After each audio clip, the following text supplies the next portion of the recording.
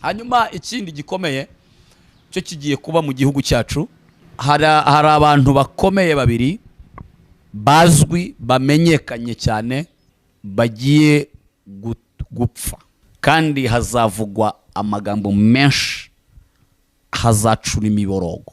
Umwe ari mu gisata cy'iyobokamana, undi ari mu gihande kiri politike. Uku kwezi kwa gatandatu ibyo bintu biraza gusohora. Kuri mpanura sinabonye umuntu oya naba mbeshyeye Imana. Yego. Imana yaranzimije nanjye kuko pastor nanjye ndamukunda. Yego. Iyo nza kumenya ko ari we nari kurara no mu mazi. Narayibajije ngo ninde, irambwira ngo genda uhanure ko ni umuntu wo mu gisata cy'iyobokamana uzwi kandi napfa imigongo y'abantu izaguduka. Uwo yakunze ntawigisha impaka. Nta muntu n'umwe mu isi urengeje urukundo Imana. Imana niyo yari yamutoranije, ni nayo yamuhamagaye, nayo yamukuye mu iteme, yamukunze rero kurusha abandi. Yambwiye ngo muhanuzi w'Imana, ndabizi ko Imana igutuyemo, ariko se urabona ubuhanuzi bwawe butaduteye umwaka? Nyuma irambwira ngo ikintu cyose cyayihesha inyungu muri iki gihe iraza kugikora. Yego. Muri iki gihe kubera ko ubuhanuzi bwahinyuwe, bibaye ngombwa ko izajya ivuga igahita isohoza. Yavuze mu Kinyarwanda numvise ngo ntabwo izongera kuranzika. Abantu b'Imana muri iki gihe bari mu rungabangabo. Abantu baribaza ngo ese turayoboka iki tureka iki? Bimeze nka cya gihe ku ngoma y'umwami Ahabu, umugore we yari afite abahanuzi 450. Abahanuzi b'ukuri bose barabafata barabafunga, abandi barabica. Hari ibintu bimwe bigiye kujya biba kugira ngo Imana igarure icyubahiro cyayo, kugira ngo abantu bamenye ko ifite uburenganzira mu murima wayo. Iyo mvuze umurima w'Imana mba mvuze abantu, kuko abantu turi umutungo w'Imana. Rero Imana ifite uburenganzira mu bisarurwa byose, mu bantu bose. Ikintu cyose rero cyatuma icyubahiro cy'Imana kigaruka kiraba byanga bikunda. Ibihe byiza nshuti abakunzi b'Urugendo TV ndetse n'Impemburo TV bibana natwe umunsi ku munsi, mukunda kandi mukurikira ibiganiro byacu tubaha uko bwije nuko bukeye. Tubaha ikaze muri iki kiganiro gitangiye, ukazeho kana ku subscribe kugira ngo ibintu byose bigende neza. Ngewe nitwa Vitali Ntihinyurwa, ndi kumwe na Kamana Eri. Kuri uyu munsi twavuga ngo ni umunsi udasanzwe, ni umunsi abakunzi b'Urugendo TV ndetse n'Impemburo TV tugize umugisha wo kwakira umukozi w'Imana. Imana iri gukoresha ibikomeye muri ino minsi. muri iyi minsi ni umukozi w'Imana. Ngire ngo yaraje, abantu babyakiriye neza kuko yaje mu buryo butandukanye nuko abandi bakozi b'Imana bakunda kuba kuri YouTube, kandi we ntagakunda kugaragara kuri YouTube cyane. Ndamwibuka umusaza yarazanye ubuhanuzi bukomeye avuga ko Imana ije gukubura ndetse ko izahera mu bakozi b'Imana. Yaje azanye umweyo, ngira ngo abantu baramwibuka. Yazanye umweyo? Yego, yaje afite umweyo rwose. Avuga ngo Imana igiye kuza gukubura ihereye kuba imbere mu nzu y'Imana. Turi kumwe rero, yitwa Pastor Evode. Pastor Evode, tuguhaye ikaze ku Urugendo TV. Murakoze cyane. Ndetse no ku Mpemburo. Murakoze cyane. Twishimiye ko wemeye ko tuganira kuri uyu munsi, aho washakabwa n'abantu benshi cyane. Mvuze ngo wahamagaye kuri uyu munsi cyane. Yego, byabaye, ariko kandi kuko twari turi mu nshingano z'umurimo twahamagariwe twaboneka, ariko murabona ko tubonetse namwe nijoro, ko twarahiriye gukora ijoro n'amanywa, mu mvura no ku manywa. Nanjye ndanezerewe ko munyakiriye hano. Yego. Pastor, mumeze mute haba mu buzima busanzwe ndetse mu murimo w'Imana? Turashima Imana. Buri muntu wese mu kazi akora habamo imitego n'amahwa. Umumotari ahura n'impanuka, umushoferi nawe agahura n'impanuka, abashumba natwe dufite ibindi duhura nabyo cyangwa abahanuzi, ariko Imana yaguhamagaye iguhagararaho ikakubera uburinzi. Rero turashimira Imana ko mu makuba n'ibyago Imana itubera byose. Navuga ko meze neza mu mwuka. Iyo meze neza mu mwuka n'ibindi byose nizera ko ari bizima. Turanezerewe cyane rero ku kwakira uyu munsi. Ni munsi tujye kuganira, hari inkuru y'umubabaro y'umukozi w'Imana, mugenzi wawe witwa Pastor Theogene Niyonshuti, uzwi nka Pastor Theogene Inzahuke. aho yitabye Imana ndetse yari ari kumwe n'abandi bantu arimo arava muri Uganda yerekeza mu Rwanda. Yitaba Imana azize impanuka. Umuntu ashobora guhita atekereza ati se no kubera iki mu bapasitore bose bo mu Rwanda tuzi harimo n'abastari cyane kurusha Pastor Evode kuki ariwe twahisemo? N'umwe mu bapasiteri yahanuye ubuhanuzi ngira ngo hashize ibyumweru 3 niba atari ukwezi ngo bahanuza bahanuye ni kuri canimwe yitwa gusenga everyday. Ndatekereza abantu nibaza kujyaho baraza kubibona. Yahanuye ubuhanuzi bukomeye avuga ko muri uko kwezi kwa 6 hagiye gupfa abantu b'abastari bakomeye haba muri gospel, yavuze mu bisate bibiri, mu gisata cya gospel, mu gisata cya politiki. Rero uyu munsi nibwo twavuze ngo reka tuganire n'umukozi w'Imana Pastor Evode duha amakuru kuri ubwo buhanuzi, byumvikane ko wenda hari n'andi makuru y'ubundi buhanuzi buhari, no kugira ngo abantu bamenye icyo bakora n'iki nyuma y'uko ibiri guhanurwa biri guhita bisora. Mbere y'uko tumwakira reka baza dusengere. Yes, reka dusenge. Imana mu izina rya Yesu Kristo turagushimiye muri uyu mwanya, mu izina rikomeye twaherewemo agakiza, duhamagaye imbaraga z'umwuka wera kuko ni isezerano waduhaye muri Yohana 14:15 waravuze ngo ni mu nkunda muzitondera amategeko yanjye, nanjye nzasaba data n'abazabaho undi mufasha wo kubana namwe ibihe byose. Uwo mufasha rero atuye akorana natwe naha kuri izi mbuga nkoranyambaga, turamuraritse ngo abane natwe kuko ari we mufasha dufite kutangira ikiganiro turi kumwe nawe tugasozanya nawe, biratubera iby'umugisha. Tubisabye twizeye mu izina ry'umwami wacu Yesu Kristo, amen. Ngira ngo Kamana twatangira wenda twumvisha abantu wenda ibyari bikuye muri ubwo buhanuzi bwahanuwe n'umukozi w'Imana. Yego ni ikindi gikomeye. Hanyuma ikindi gikomeye cyo kigiye kuba mu gihugu cyacu, hari abantu bakomeye babiri bazwi bamenyekanye cyane bagiye gupfa, kandi hazavugwa amagambo menshi, hazacura imiborogo. Umwe ari mu gisata cy'iyobokamana, undi ari mu gihande kiri politike. Uku kwezi kwa 6 ibyo bintu biraza gusohora. Mu gisata cy'iyobokamana no mu gisata cya politiki. Ubundi ahangaha kabisanga niho yisaba no apresiza ukwezi.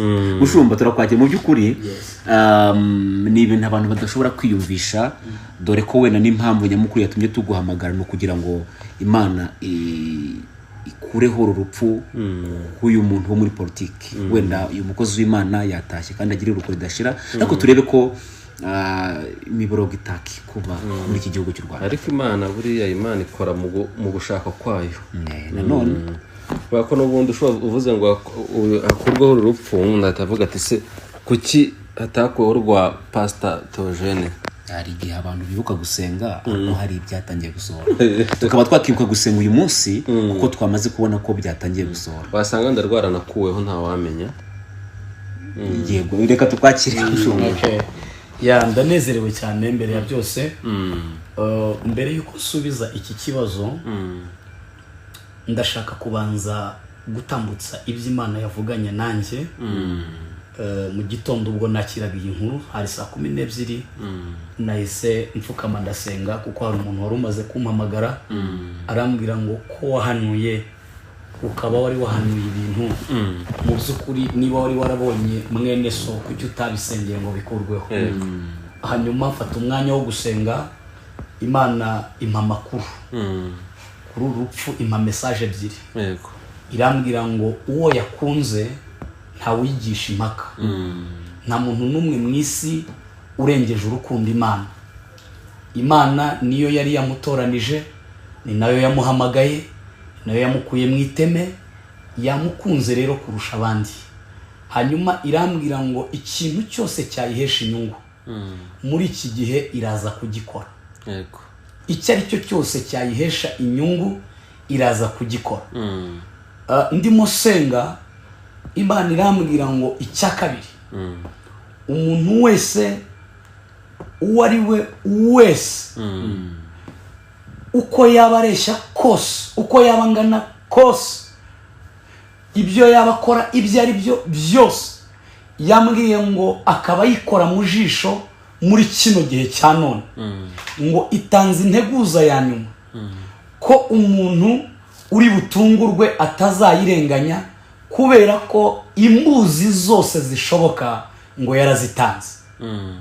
Habe izi kamera ziteye hano imbere yacu kugira ngo abanyamerika mumenye ko Imana ifite imbaraga, abantu bo muri Europe mumenye ko Imana ifite imbaraga, abantu ku isi yose ubutumwa buri kubwirizwa. Irambwira ngo buri wese yitegure kuko atazi umunsi n'igihe.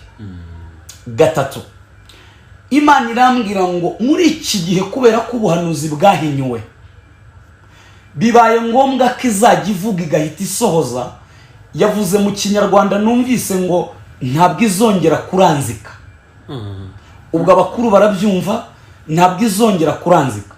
Abantu mwumvise abesikoro kenshi, mwumva biyitirira Imana kenshi, mwumva abantu babyesitaye kenshi, ariko Imana ihagurukije abakozi nyabakozi bagiye kujya bavuga ikintu mu gitondo gisohore, bavuga ikintu nimugoroba gisohore. Nuko Imana yavuganye nanjye. Kane, Imana irambwira ngo abantu benshi bahinyuye iyobokamana, bahinyuye ijambo ryayo, bariguranishije ibindi, ngo igiye kurwanirira icyubahiro cyayo, kandi mu kukirwanirira nta n'umwe urayitambika uwo ari we wese. Nahawe indi ya gatanu. Icya gatanu, Imana yambwiye ngo abayikorera mu kuri no mu mwuka, ibihembo byanyu biraje. Abo yasezeranije mwitegure kwinjira mu migisha mwasezeranijwe n'Imana. Ntabwo ari bya bindi za hirya no hino. Iki gihugu cyari gikeneye umuhanuzi, nta wundi Eliya.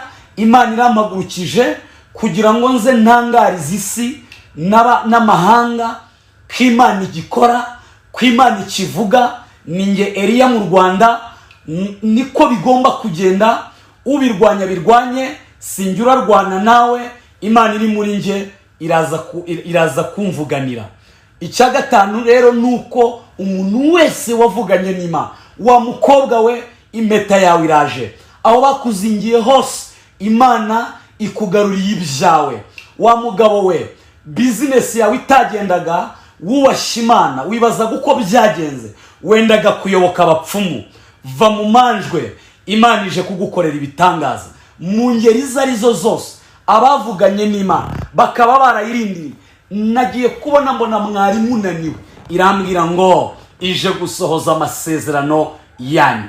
Hanyuma nizo message eshanu nahawe, sinjya ngabanya cyangwa ngo nongere, kuko nzi neza ko igihe kimwe nzicara imbere y'intebe y'urubanza, imbere ya Kristo wantumye sobanura ibyo navuze ibyo ari byo byose.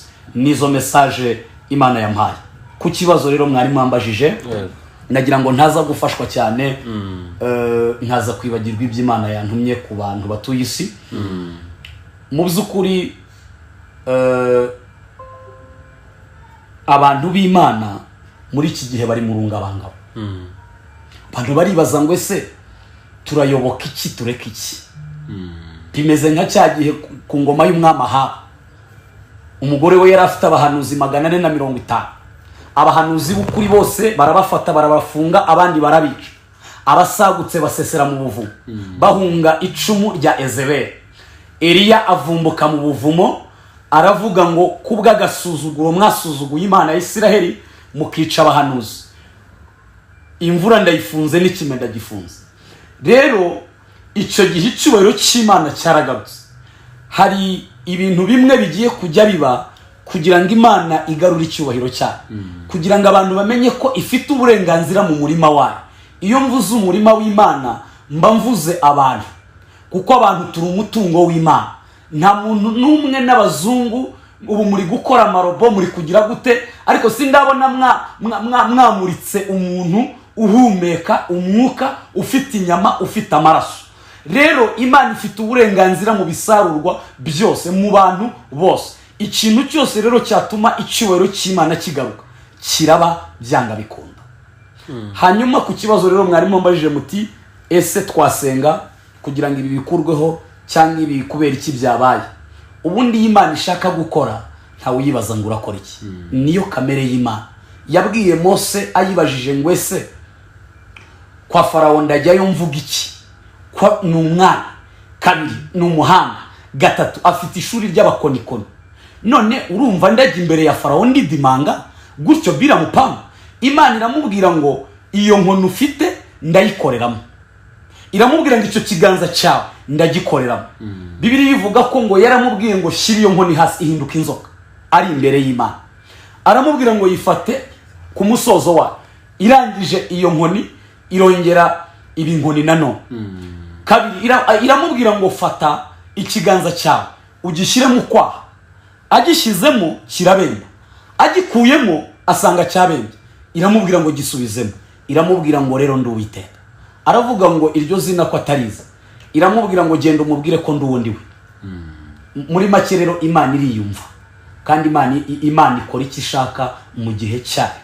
Nta wayitangira, nta wayibaza ngo urakora ibiki, nta numwe. Hanyuma gusenga bwo nyine tuba dusengera igihugu, dusengera n'abantu bose, ariko nanone nta utangira umugambi w'Imana. Ariko kandi iyo imbuzi zumviswe abantu bakikosora, Imana ijya yisubira nanone. Kuko abinenewe yarisubiye ku bwa Yona, irisubira umudugudu ntiyawugirira nabi, abantu babona amahoro y'Imana. Nicyo kintu numva nasubiza, kandi Abaheburayo barumva icyo mvuze n'isi y'umwuka. Pastor, tukireye aho ngaho reka dute tujya kuri buno buhanuzi watambukije. Wavuze ko hari umuntu ukomeye cyane wo muri gospel ugiye kwitaba Imana mu gisata cy'iyobokamana. Yobokamana nk'ari gospel byose ni kimwe. Kuri uyu munsi mu ijoro ryashize nibwo twamenye inkuru y'incamugongo yuko Pastor Theogene Inzahuke yitabye Imana. Tuvuge ko ari wari wahanuye? Mukuri mpanura sinabonye umuntu. Oya, naba mbeshye Imana. Yego. Imana yaranzimije nanjye kuko Pastor nanjye ndamukunda. Yego. Iyo nza kumenya ko ari we nari kurara no mu mazi. Narayibajije ngo ninde, irambwira ngo genda uhanure ko ni umuntu wo mu gisata cy'iyobokamana uzwi, kandi napfa imigongo y'abantu izaguduka. Yego. Abantu bazavuga amagambo menshi. Ndamusacinga, ntangira gutekereza bagitwaza, ntangira gutekereza abapotre bakomeye, kuko nanjye ndi umushumba nyine bariya nabataka mu murimo w'Imana, nibo baba baratubanjirije. Ariko Imana irambwira ngo si ibyawe ngo umenye uwo nzatwara. Wowe genda utangaze ko ibyo bibaye bitarenze ukwezi kwa gatandatu. Ndakomeza ndayititiriza kuko mpora imbere y'Imana. Vitali warabizi, ajya mpamara kenshi mubwira ko ndi mu maso y'Imana. Imana irambwira ngo mwana wanjye, ibyo wavuze wabivuze, nanjye reka nkora icyo ngomba gukora. Mu by'ukuri rero mvuze ngo nari nzi ko ari Theogene, naba mbeshye y'Imana. Yambwiye ko ni mu gisata cy'iyobokamana, ahubwo icyatumye mbona ko ari Imana yari yambwiye ari Theogene Imana yari yavuze, itambwiye izina rye, icyanyemeje ko mu basitari bose ari we itwaye. Yari yavuze izimije. Nuko mu gitondo nkimara kubona iyo nkuru, nayibonye saa 12. Nibwo bwa mbere nagiye kuri numvise ijwi rimbwira ngo jya ku mbuga nkoranyambaga saa 12 za mu gitondo ntaranasenga. Mpita mbona hari umunyamakuru umwe wahise asohora iyo nkuru. Ndatekereza ko ari mu ba mbere bayisohoye. Akorera ikinyamakuru nabonye cyanditseho Yada. Sinibuka Press Robert gutyo. Noneho mpita nandikira umuntu umwe tubana ku rubuga rw'abashumba, ndamubaza ngo iyi nkuru niyo. Arambwira ngo reka nze ndebe. Nandikira n'abandi bakozi b'Imana dukorana, barambwira bati nibyo. Nahise mfukama, ibi mvuga madamu arabizi. Mfukama imbere y'igitanda, numva amarira azenze mu maso. Ndavuga ngo Mana, ibi ni ibiki? Ndavuga ese nibi wari wantumye? Irambwira ngo yego. Hasigaye uwo muri politike. Ubwo nukuvuga ngo Imana yari yagutumye kuri Theogene, ntiwabimenye? Yari yantumye kuri we, ariko mu buryo buri rusange, kuko ibye Imana yari ibizi, ariko irabimpisha. Kuko buriya abahanuzi ntibazabiyemereho, bahishurirwa gace gatoya. Imana niyo tangiriro ni nayo herezo. Bivuze ngo ntiwayimenya yose. Imana ishobora kukubwira ngo kati bumoso, izi kurahurirayo n'ikintu, yo ikabiza uburyo iragukurayo, ariko ntikubwira icyo kintu gihari Yego. ikakubwira ngo gusa cahangaha mu by'ukuri ntiyari yambwiye ngo ni Pastor Theogene iyo yambwiye ko umuntu uzapfa arazwi Yego. kandi akunzwe n'abantu cyane kandi afashe imitima ya benshi ngo ariko azapfa ndabaza ngo ninde inyima izina inyima n'ishusho hanyuma irambwira ngo nibiba abantu bazacura imiborogo mu kuri rero yari yantumye gutyo kuko yashyize muri rusange ni nk'uko ijwi ryavuga nk'uko turi ahangaha umwe muri twe azataha ntabwo mpanuye ariko n'urugero nta n'uwenda gutaha muhumure hanyuma tukabaza ngo ninde Imana ikaceceka kuko Imana si radiyo si radiyo ujyana kuri FM ushaka ukajyana hariya ushaka mu kuri rero abantu Imana bakunze kwishaka kuyigira nka radiyo ariko ntabwo Imana ari radiyo mu kuri rero yari yambwiye gutyo yarazimije mu gisata cy'iyobokamana umuntu ukunzwe uzwi wamenyekanye abantu bazacura imiborogo kandi barire cyane hazaba amarira cyane ubu ntabwo abantu bararira abantu bagiye kurira bihanagure ariko ibi nanone birimo inyungu z'Imana zikomeye abantu bagiye gukizwa kuko iri niyo tere ya nyuma ahagazeho abantu bagiye kwihana barenza abo yihanishije yes Pastor hari aho wavuze ngo iyo ubimenya ko ari Pastor Theogene Inzahuke wari kugenda ugasenga iyo ubimenya wari gusenga bigakurwaho Bibiliya ivuga ko ngo abo mu byahishuwe haravuga ngo abo nibo bahamya babiri b'ibiti bya Elayo ngo bafite ububasha n'ubushobozi bwo gukinga ijuru imvura ntigwe ngo bafite ububasha n'ubushobozi bwo guhindura amazi amaraso uko babishaka ngo bafite ububasha n'ubushobozi bwo guteza isi ibyago uko babishaka biravuze ngo abo ni bande ni abantu bafite connection y'Imana rero siwe wa mbere twaba dusengeye akavaho urupfu ubuhamya ni bwinshi rimwe muzagire dutambutse ubuhamya bw'abantu bagiye bariho impfu bamwe bari mu bitaro abandi bari muri za bomboni turasenga Imana ibagarura mu buzima rero twari gusenga Imana ikatugirira neza kuko muri Yesaya aravuga ngo nimuze tujye inama ni ku Uwiteka avuga ijambo rivuga ngo tujye inama rero y'Imana yemeye kujya inama nawe urayibwira ngo ibi rero nubikora biratuma bigenda gutya na gutya atari uburyo bwo kuyigira inama ahubwo mu buryo bwo kuyisaba sije wa mbere rero waba uhagaritse urupfu ni benshi bagiye baruhagarika ariko kandi ntuye nzi ko ibinkoresha ubuhamya burahari umuhanuzi yishima ryari umuhanuzi yishima iyo ari mu mwuka adafite ikizira imbere y'Imana iyo ubuhanuzi bwawe bwasohoye urabyishimira cyangwa birakubaza kenshi ni mu buryo bubiri mwishima rimwe irindi ndababara mu buhe buryo rero iyo mpanuye ikintu kibi umuntu ntacyumve ko hari abo tubwira ngo imbere hari impanuka bagashyira muri siyanse z'ubwenge yize bagashyira muri tekinoloji yize muri kaminuza bagashyira muri dogitora yakuye mu Buhinde avuga ibyo ni iby'abasazi yagera imbere yahura nayo icyo gihe ndababara kuko umuntu iyo arimbutse birambabaza hanyuma nanone nkababara nanone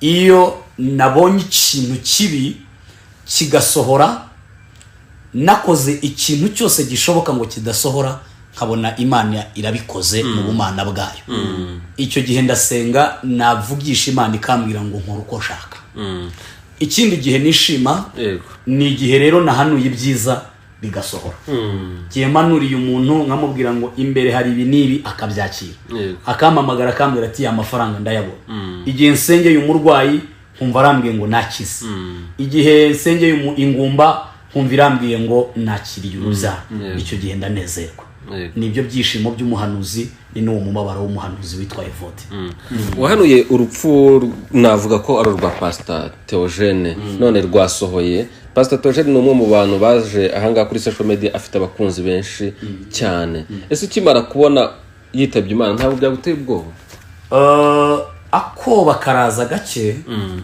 kuko ntabwo nakwiyemera burya umuntu utagira ubwoba ntabwo aba yujuje ubumuntu kaje kuko nanjye ubwanjye mu gihe cyatambutse haciyemo nk'amezi abiri nigeze kumushaka ngo mutumire nsanga ari bize cyane.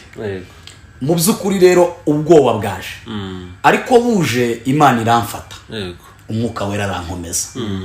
Hari umuririmbyi uvuga ngo Yesu aramfata, Yesu niwe umfata, iyo mbonye ko kwizera kwanjye kubaye gukeya, Yesu niwe umfata.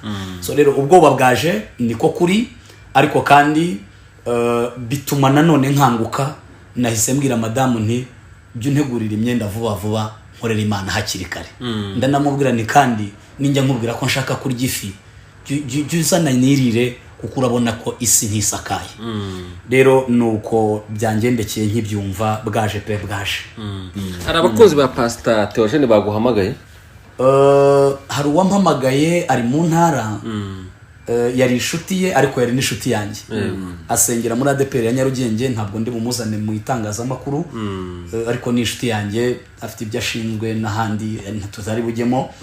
Yambwiye ngo muhanuzi w'Imana, ndabizi ko Imana igutuyemo, ariko se urabona ubuhanuzi bwawe butaduteye umwaku? Ndamubwira nti ntabwo ntera umwaku, Imana yakoze ibyo ishaka, ariko yateraga brage kuko arabizi ko Imana ikora uko ishatse mu Kristo. Hari abandi bampamagaye bari hanze, hari abandi bampamagaye bari inaha mu Rwanda bashaka gukizwa, baravuga bati ibyo twarimo turabiretse. Nibyo navuze ko Imana imuhagaritse ku gatuti ka nyuma, agiye gukora ivugabutumwa, urupfu rwe rugiye gukora ivugabutumwa rikomeye. Muraza kubibona live. Pastor, niba koko umuhanuzi ashobora guhagarika ibyo yahanuye bibaye atari byiza cyangwa atabyishimira, kuki umuhanuzi ashobora guhanura urupfu abizi ko ruzaba, ntagine ngo asenge kwa kundi bivuze ngo ruhagarare? Bwa mbere ndabanza mvuge ko ngewe mu ruhande rwanjye mbanza gusenga. Mu ruhande rw'abandi itsoka simbizi, ngewe ndasenga ariko Imana igasohoza umugambi wayo. Ariko navuga ko hari ibintu bine bituma umuhanuzi adasengera ibintu yeretswe bibi. Icya mbere, hari igihe Imana imuhamagara ariko kamere ye y'urwangano ikamugumamo, yinjiye no mu gakiza. Iyo karandi ikamugumamo, sanga ni umuntu nyine wishimira ibyago by'abandi, kandi ni umunyamahane, ni umunyarukoni, ni umuntu uri aho ngaho watandukiriye ibintu by'Imana. Murabaza bamwe inzoga, murabazi bamwe bakora ibindi biteye isoni. Bene uwo rero nta mwanya bafite wo kuba imbere y'Imana. Kuba imbere y'Imana bisaba imbaraga, bisaba kwitanga. Paul aravuga ngo mutange imibiri yanyu nk'ibitambo bizima bishimwa kandi byera. Kwitanga rero hari igihe Imana ishobora kugutegeka y'irindwi, ukavuga ati uwo mwanya sinkufite, nashaka agenda, ibyo nakazi kiwe. Hari umuntu rero werekwa ibintu ariko afite umutima mubi, n'ubundi yinjiranye mu gikristo, yawakiranye impano z'Imana, bigatuma rero ibyo atabyitaho. Kandi kabiri, biba ku muntu utagira urukundo. Umuntu utagira urukundo uwo mwanya ntawe aba afite. Cya gatatu nuko umuntu ashobora kwerekwa ibyo ateye gutya. Nanone ni umuntu nanone uba mwiyobokamana nko guhangana, nko guhangana, nemeza abantu mbigihangange mbibi nibi. Hari n'igihe asunika ibyo bibi kugira ngo bisohore. Nubwo buryo rero nabisobanura, ariko ibyiza tubwira abakozi b'Imana, icyo tubereyeho ku isi ni ugufasha isi, ni ugufasha abatuye isi. Twagiriwe ubuntu, ni ubuntu bwa Kristo. Impano nta hantu wazigura muri butike.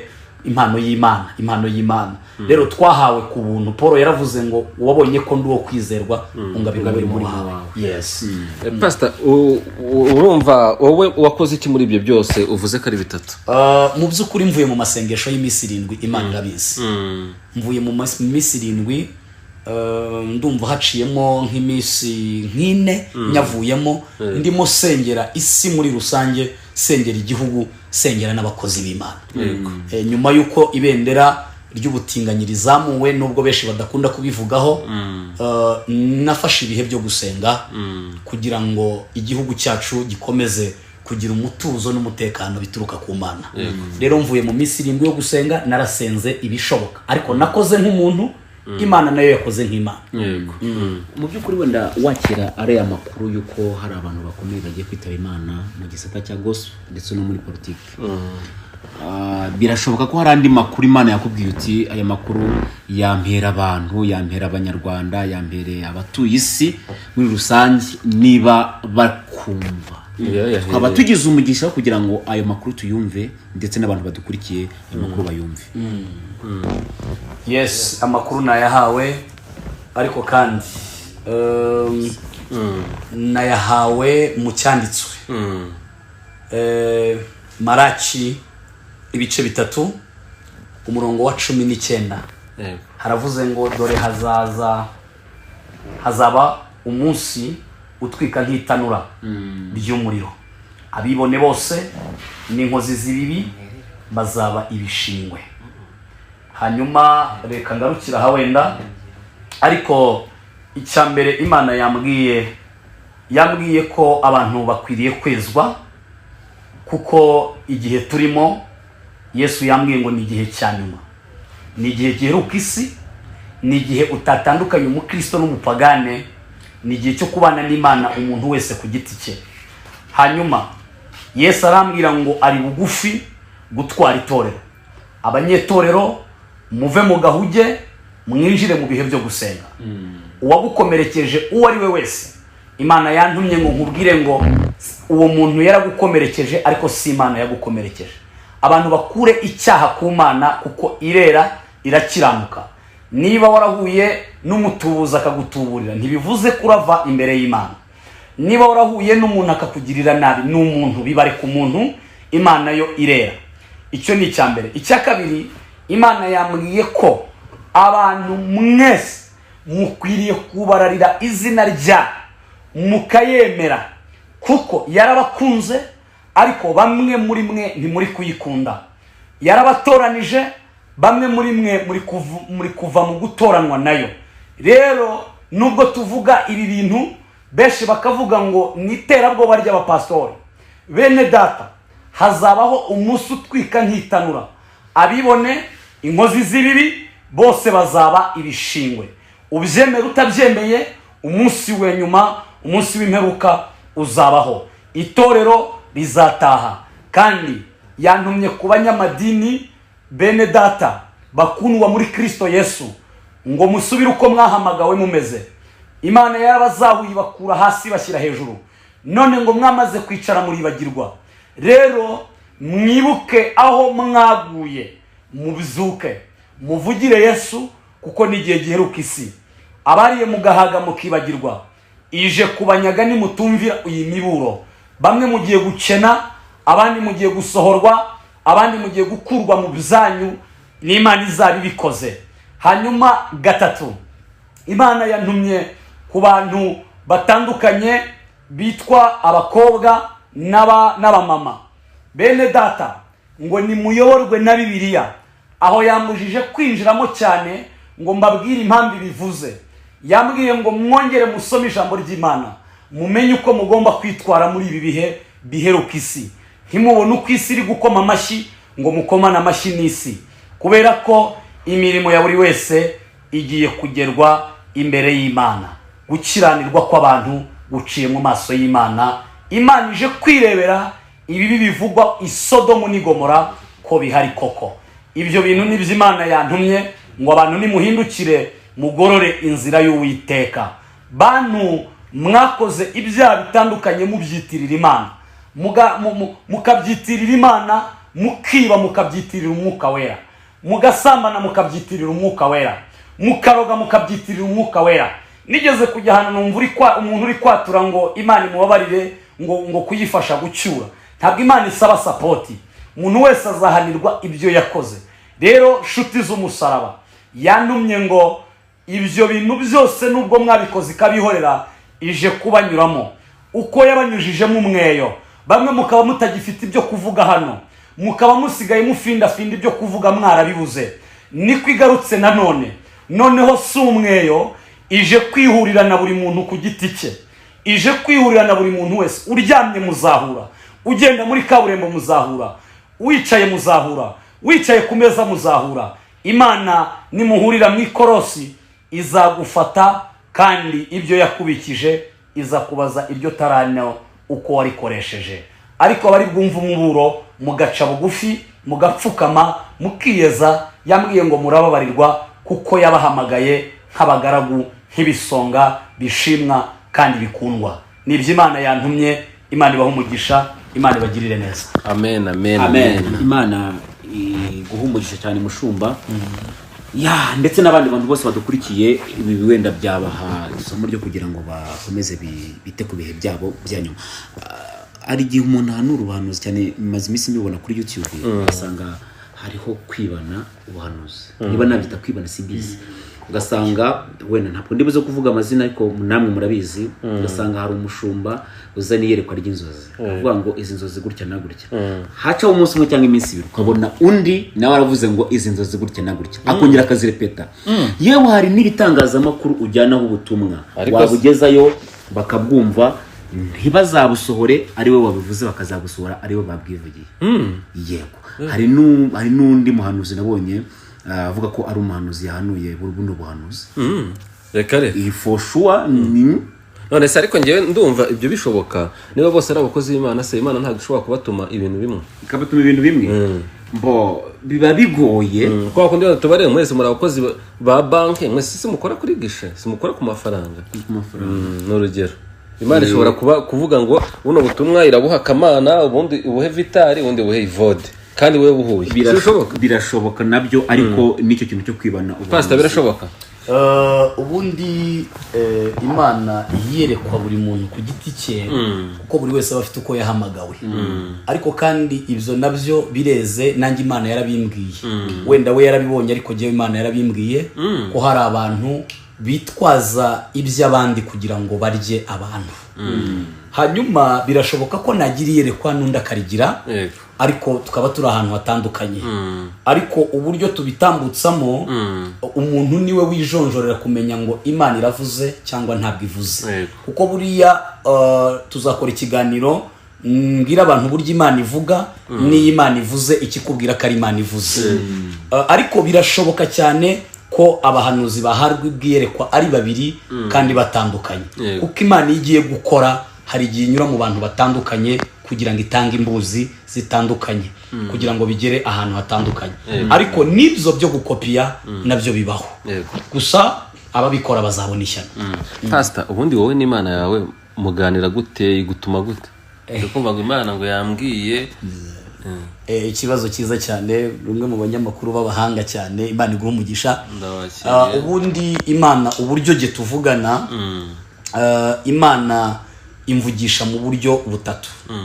Uburyo bwa mbere imvugisha muri iri jambo ryayo. Uburyo bwa kabiri insura mu nzozi, iyo hari ibintu by'ibanga ishaka kumbwira bitumvwa n'abantu bose, ikanganiriza ndi mu nzozi, nkagira iyerekwa, nkarota ibintu byose ndi kubibona nk'ureba televiziyo. Uburyo bwa gatatu numva ijwi ry'Imana, nkumva Imana irambwiye. Ubu turi kuvugana ukumva ijwi ryanjye, ukuri kunyumva Imana nayo numva ijwi ryayo, ariko ryo riba rituje kuko ninge ryongorera rikanyongorera ngo vuga iki, kora iki ngiki. Hari ubundi buryo bwa kane rero nabwo wenda nabwo Imana iri kugenda impa, ni uburyo bwitwa kureba. Iyerekwa Imana irakubwira ukumva, ikanakwereka nanone. Ni ibintu bibiri bitandukanye, kwerekwa no kumva. Nabwo irimo irampa iyo mpano, ntabwo irakura cyane ariko irimo irayimpa. Ni uburyo nicara nka gutya nkabona nk'impanuka itambutse imbere yawe, uvunitse amaguru, cyangwa se umuntu aguye mu kiroba, cyangwa se umuntu afashwe na kanseri, mba ndi kureba nka tablo imbere yanjye nk'uko umuntu areba amakuru kuri televiziyo. Nubwo buryo rero tuvugana n'Imana. Pastor Mubino, nagukurikiye mu kiganiro tumaze kugenda 10:36, ibintu Imana iguha cyangwa se ibyo ugenda uvuga hazamo umubare kane kenshi cyane karagaruka, urabizi? Ntabwo nari mbizi, ariko ubwo ndabyumvise. Hazamo kane kenshi. Icyo bibazo nashaka kukubaza, ese Imana ishobora kugutuma ukabyanga, ukayibwira ati Imana ntabyo ndi buvuge? Biri mu buryo bubiri. Hari umuntu Imana ishobora gutuma akabyanga, ikanamwihorera, kubera ko wenda n'umwana wo kurimbuka. Ariko umwana w'ubugingo iyo igutumye ukabyanga, iguha igihano. Byageze bikubaho? Si rimwe si na kabiri. Byari byagenze mpamagarwa byambayeho. Nari umudivantiste, nyobora Jia toujours, icyiciro cyitwa Pathfinder. Hanyuma abadivura bizi ko bigisha ko Imana yavugiye mu byanditswe byarangiye. Hanyuma ndota nyoboye abarokore. kandi narigishijwe ko abarokore basenga izuba basenga satani ndabyanga nigumira muri korari nigumira muri ji Imana yampanye igihano gikomeye yanyimyaho kuba njya kuba mu buvumo bw'ahantu bita mu Gapuderi ayo makuru arahari uzaze tujyaneyo nabaye mu mwaka cyo wari ufite umugore oya nari nkiri umusore mba mu mwaka ntabwo ari ibipapirano ntabwo ari imwe madoda muzaze tujyaneyo kamera umva ikindi kibazo wari ugikomeye ni ukuvuga ngo rero iyo Imana ikubwiye ngo jyaha kora iki uri umunyabugingo igushaka ukabyanga n'akaboko iragatwara n'akaguru yagatwara ariko iyo uri umwana wo kurimbuka nyine wikorera ibyo wishakiye kuko hariho inzira ebyiri iy'ubugingo n'iyo kurimbuka ikindi kibazo mfite abahanuzi benshi iyo bavuga Imana batanga ubuhanuzi bw'Imana baba bagaragaza Imana ko ari ingome Imana iraguca amaguru Imana iragukuramo akaboko Imana irakwica kuki mukunda kugaragaza ko Imana ikora ibintu bibi mu ruhande rw'abantu bishobora kumvikana ko ari bibi ariko ubiyi kamera waguze cyangwa se mwaguze uyikoresha uko ubishaka ndatekereza hanyuma aho ushatse kuyerekeza ni uyerekeza undi waza kukubwira ngo yerekeze hariya wamubwira ngo nkane Imana nayo rero turi ibibumbano byayo Bibiliya iravuga ngo umubumbyi ku kibumbano akibumba uko ashaka Imana ibonye ko akakaguru kanjye kugenda karayihesha icyubahiro ntawayibaza ngo urabigenza ute uko umubumbyi inkono ashobora kuyijyana hariya cyangwa akayijyana hariya rero twebwe ntabwo ari iterabwoba ahubwo twe turi intumwa mu cyimbo cya Kristo kuko Yesu niwe muhanuzi mukuru nibutsa abantu Yesu niwe muhanuzi mukuru ni nayo mpamvu umuntu wese utemera umuhanuzi abarwanya Yesu hanyuma Yesu yahanuriye urusengero rw'i Yerusalemu niwe ntanzeho urugero abwira abafarisayo ngo ni mu rusenge kandi nirusenyuka nzarwubaka mu minsi 3 mu by'ukuri ntibabyumvise neza ariko urusengero rw'i Yerusalemu ubu nta ruhari rero ni ukuvuga ngo iyo Imana igutumye uvuga icyo yagutumye ariko kenshi abahanuzi ni umuyoboro w'Imana uri direct ni shene y'Imana iri direct ituma icyo ishaka gukora nka Yeremiya yaramukoresheje bakamukubita bakamufunga bakagira gute kuko yahanuye ibyaha ariko kandi ibyaha Imana yababwiye bikabaho biravuze ngo rero si twebwe ahubwo Kristo yashaka gukora icyo ashaka gukora aragikora kuko abantu ni ibibumbano bya Kristo Pastor ikindi kibazo nagize amahirwe nahuye nawe nyine nkurikije nkunda kugana n'abahanuzi ariko nyine si kenshi ni rimwe na rimwe icyo nashakaga kukubaza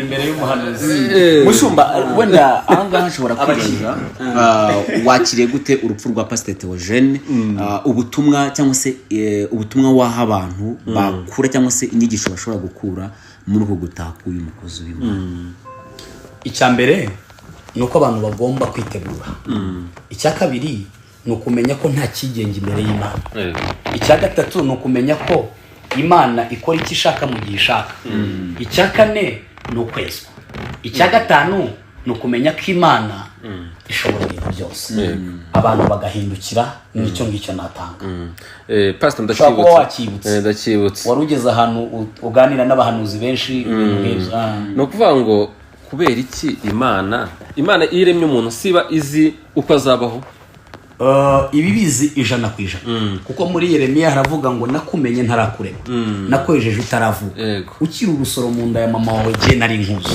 rero kuba iyo umuntu avutse ibizo uko azabaho none kubera Imana ishobora kurema umuntu nyuma akazacumurika mugirira nabi kandi ariyo yamuremye urabaza ikibazo gisa n'icy'abafarisayo babajije Yesu ariko kandi ntacyo ubundi impamvu ya mbere Imana ishobora kurema umuntu bikagenda uko bivuze nuko nyine ni Imana ariko kandi yashyizeho imirongo 2 ubundi imirongo 2 ni Imana yashyizeho umurongo wa mbere ni umurongo wo kugendera mu murongo ishaka kabiri nanone iravuga ngo ariko utabishaka nace mu nzira ashaka Imana ni umubyeyi imbere na mbere umubyeyi rero atekerereza umwana iyo umwana umubwiye ngo hano urahura n'igisimba n'ikikurye akavuga ati jye mfite agatuza ariko ndarwana nacyo kandi ukamufata amaboko wamufata ukajya ubona ari gusaza imigeri aho kugira ngo agukuremo amenyo uramurekura rero hari igihe ibintu bibaho ari twe tubyiteye kubera ko twanze kumvira Imana twigize ndigabo hari n'igihe ibintu bitubaho kuko Imana yabyemeye kugira ngo bibere isomo abandi yes wenda dusatira umusozo w'iki kiganiro nk'abakozi b'Imana muri rusange ese rangiye mu bakozi b'Imana ese uyu munyapolitike zitaba Imana ninde kuko wenda wo muri gospel Imana yaramuguhishe ariko uri gusenga uyu munsi iramukubwira bishoboke ko n'uwo muri politiki Imana ishobora kuba yakutungira utekevuga ati nuriya uzataha eko ubajije ikibazo cyiza Imana iguha umugisha ariko kandi mukuri muri politike naho yambwiye ngo si ibyanjye izakora ikigomba gukora gusa ndimo senga hariho ihumure ry'uko Imana ishobora guca inkoni zamba kugira ngo abantu badakomeza gucika ururondogoro kandi ndacyanasenga ntabwo ndamuhishurirwa ntabwo Imana yamumbwiye yamumpishe ibishaka nayo kandi urumva nyine ahantu ituye ni mu ijuru ryayo ryera ntawe yibaza ngo kuki utabimbwiye ngo kuki utagize gutya ntabwo yamumbwiye gusa afite inshingano zo gusengera igihugu kuko nabirahiriye afite inshingano zo gusengera itorero no gusengera abakozi b'Imana kuko n'abanyepolitike n'abakozi b'Imana yes Pastor ni izihe mbogamizi zagize uhura nazo muri uru rugendo rw'ubuhanuzi ikintu cya mbere kibabaza na n'ubu kibabaza ni ukubaho uri umuhanuzi ariko kandi ukabaho abandi bakurwanya abakakuyoboye inzira nziza bakaba aribo baguhonda inkonje mu bitugu hanyuma icyo kintu cyarambangamiye cyane nenda no gusubira mu badive ariko Imana irambwira ngo no ntabwo umuhamagaro wawe uri hariya guma mu ntambara y'umwuka icyo ni icya mbere kimbangamirana n'izisaki kimbangamira icya kabiri nuko umuhanuzi iyo ashyizweho n'Imana hari abatemererwa gukora ibindi gusa iyo tubivuze bavuga ko ari ubunebwe ariko nta musirikare ujya ku ikosi kandi ngo ajye no guhinga so rero mu bintu bibangama ni ukuba wakoreye umugisha uw'Imana unyujijeho ntawe uguhe ahubwo ibisambo bikawitambika bikawupapuza igikona Imana yagutumyeho bakakivuna amaguru kitarakugeraho mugiye mu gihe burayo bihangane icyo kirambangamira cyane kuko hari iby'ukuri Imana inyuzamo igakiza abantu ariko kandi kuko bahize umuhigo kuri jewe aho banyuze ntibingereho icyo nacyo gisa n'ikimbabaza ariko kuko iwacu atari inaha nkabirenga nkakomeza gukorera Imana icya gatatu wa mubare kanuragarutse kandi icya gatatu ni ukubona abantu batari kumvira ijwi ry'Imana batemera ko Imana ivuga icyo kintu kirandya mu mutwe kuko inkoni nabikubitiweho ni nyinshi cyane ntabwo nemeraga ko Imana ivuga urumva umudive nawe ujya kwemera ko Imana ivuga narakubiswe bene data rero iyo mbona umuntu upinga ngo Imana ntivuga ndibaza se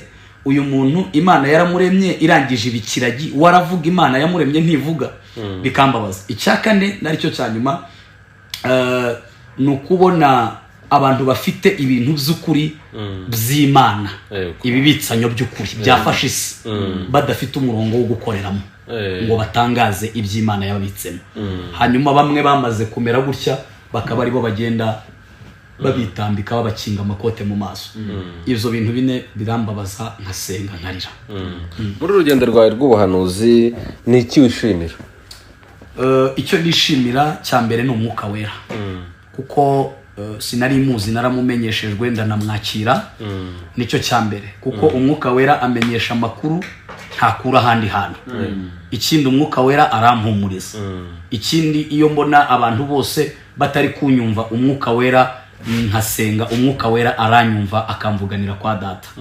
hanyuma ikindi nishimira umuryango wanjye ikindi nishimira nuko Imana yamenye ikantoranya mu bandi bose ikavuga ngo nzakugenderamo ngukoreremo.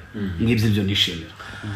Reka dusoze rero tubwira abakozi b'Imana muri rusange ngo nimukomere kandi mwihangane kubwo kubura umwataka cyangwa se umukozi w'Imana mugenzi wanyu. Tunabwire n'abanyarwanda muri rusange n'itorero rya ADPR nimwihangane kuba mwabuze umushumba muri iri torero. Hanyuma mushumba, reka dusoze tukwaka nimero za telefone ndetse tunihanganisha n'umuryango we, by'umwihariko abana, umufasha we ndetse n'abandi bana yareraga mu rugo iwe, bose tubavuga uti nimukomere.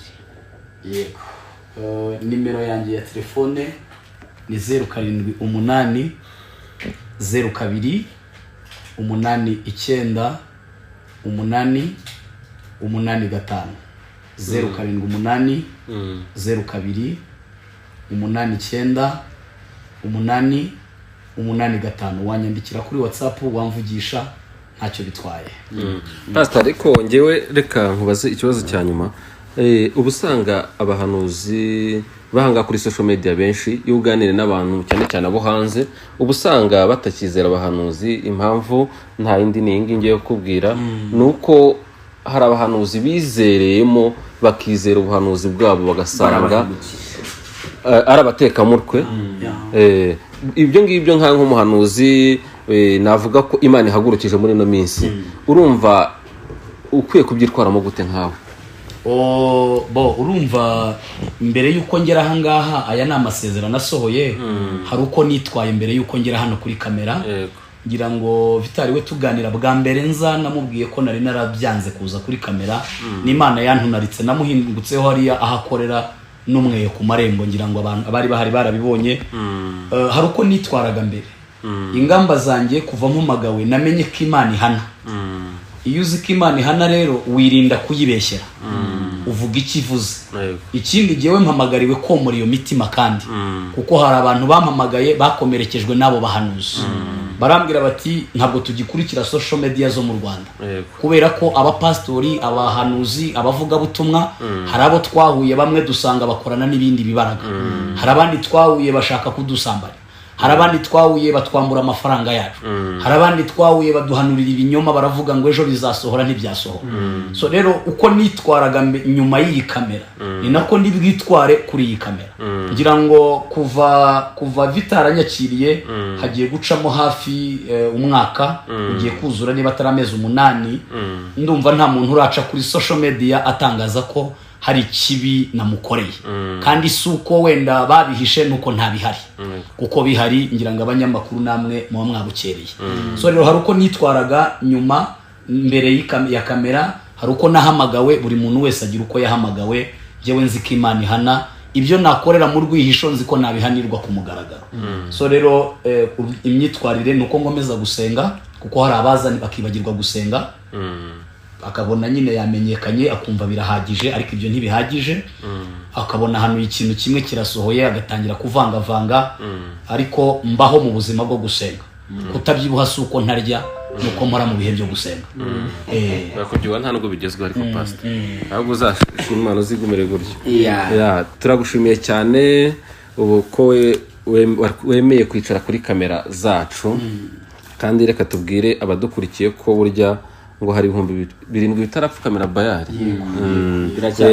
Urungure burya haracyariho abahanuzi barahari, n'ubwo se hari abatangira ari abahanuzi bikarangira babigoretse. Ngewe ndi Kamana Eri nkuko bisanzwe n'igisatu bananga ku Rugendo TV ndetse nanjye Vitali, tuba turi ku mpemburo. Imana ibahereze umugisha cyane n'umukozi w'Imana Pastor reka wenda mwakire asoza asenga Imana isengesho ryo gukomeza abanyarwanda muri rusange, abakristo ndetse n'umuryango wa Pastor Theogene by'umwihariko. Mana turagushimiye kubw'imbaraga zawe. Urakoze kubw'amaboko yawe akomeye. Ndagushimye, ndaguhimbaje kuko wemeye ko iki kiganiro kibaho. Twasabye umwuka wera ngo abane natwe kandi abanye natwe. Ibyo si imbaraga zacu ahubwo ni imbaraga zawe Imana. Sengeye igihugu cy'u Rwanda kugira ngo ukigirire neza. Sengeye abera bose ngo bahabwe imbaraga. Sengeye abana bawe ngo bahabwe kwera no gukiranuka. Sengeye abakuru batuyobora mu gihugu kugira ngo bakomeze kugirwa umuyoboro wawe, umwuka wera wawe ubabeho cyane mu mbaraga z'umwuka wera. Sengeye mama pasiteri, madamu wa Theogene, Mana umukomeze, umutuyemo, niwe wamutoranije, umuha imbaraga zo gukomera, kandi dusengeye abantu bose kugira ngo ubafate mu mugongo, umwuka wera atanga ihumure mu izina rya Kristo Yesu dusabye twizeye, amen.